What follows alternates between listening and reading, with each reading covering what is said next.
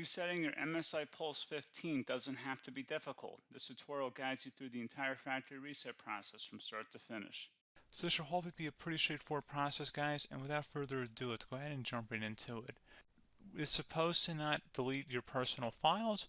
I strongly suggest that you create a backup of any important files or documents before you proceed, because even though it might say that it's going to save your personal files, there's no guarantees that it will, so just keep that in mind, and we're going to go ahead and jump right into it.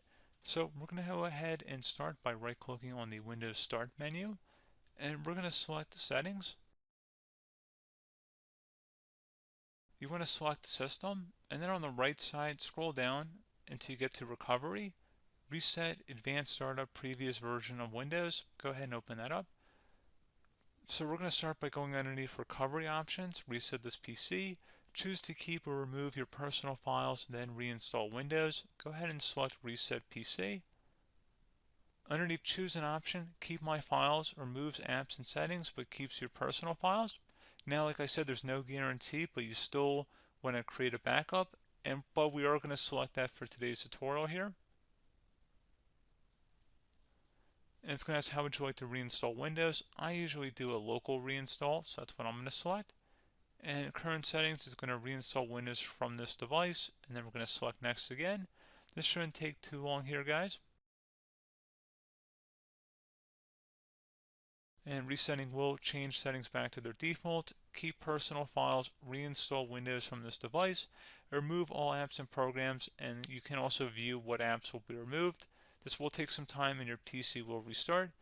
These are the apps that will be removed, so take note of that. So you're definitely going to have to reinstall some stuff once it's done. So it looks like I accidentally closed out of there, so I'm just going to go back to exactly where we were.